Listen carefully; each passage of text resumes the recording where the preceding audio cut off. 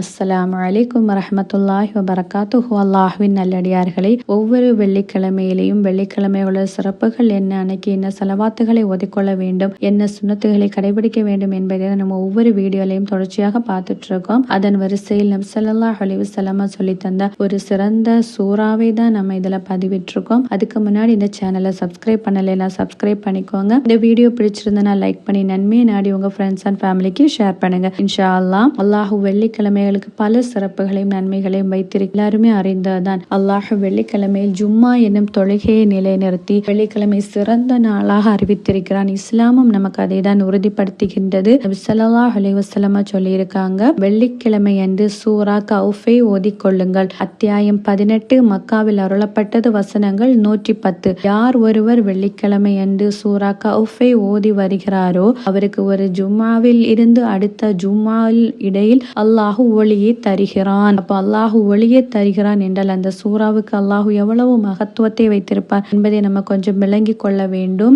அதனால ஒவ்வொரு ஜும்மா தினம் அன்றும் நம்ம சூரா கௌஃபை ஓதிக்கொள்ள வேண்டும். இதை தொடர்ச்சியாக நம்ம செய்து வர வேண்டும் இன்ஷா அல்லாஹ். ஒரு ஜும்மாவில் நம்ம அது ஓதும் போது அடுத்த ஜும்மா வரைக்கும் அல்லாஹ் அந்த ஒளியை நமக்கு அதை நிலைநிறுத்துகிறான். அப்போது நம்ம இதை தொடர்ச்சியாக செய்து வரும்போது அல்லாஹ் அந்த ஒளியை, அல்லாஹோட அருளை நம்ம தொடர்ச்சியாக பெற முடியும் இன்ஷா அல்லாஹ். தவற விடாமல் அதை ஓதிக்கொள்ள வேண்டும். அந்த பாக்கியத்தை வல்ல ரஹ்மான் நம்ம அனைவருக்கும் தந்த அருள் புரிவானாக, ஆமீன். மேலும் இதை ஓதுவதனாலே பல நன்மைகளையும் சிறப்புகளையும் அல்லாஹ் சொல்லி இருக்கிறான். அதை நெக்ஸ்ட் வீடியோல இன்ஷா அல்லாஹ் தனி வீடியோவா நம்ம பார்க்கலாம். சூரா கௌஃபை ஓதிக்கொள்வோம். நபியின் மீது அதிகமாக சலவாத்தை கூறிக்கொண்டே இருங்கள் என்று அல்லாஹ் சொல்லி இருக்கிறார். அதனால அதிகமான நபியின் மீது சலவாத்தை கூறுவோம். அதிகமான துஆக்களையும் அதிகமான பிரார்த்தனைகளையும் செய்து கொள்வோம். ஏன்னா வெள்ளிக்கிழமையில் ஒரு நேரம் இருக்கிறது, துஆ ஏற்றுக்கொள்ளக்கூடிய நேரமாக அது இருப்பதனால அதிகமான பிரார்த்தனைகளையும் அதிகமான பாவ மன்னிப்புகளையும் அல்லாஹ்விடம் நம்ம கேட்டுக்கொள்வோம். இன்ஷா அல்லாஹ் இந்த ஜும்மா தினம் அன்று நம்முடைய எல்லா துஆக்களையும் அல்லாஹ் ஏற்றுக்கொண்டு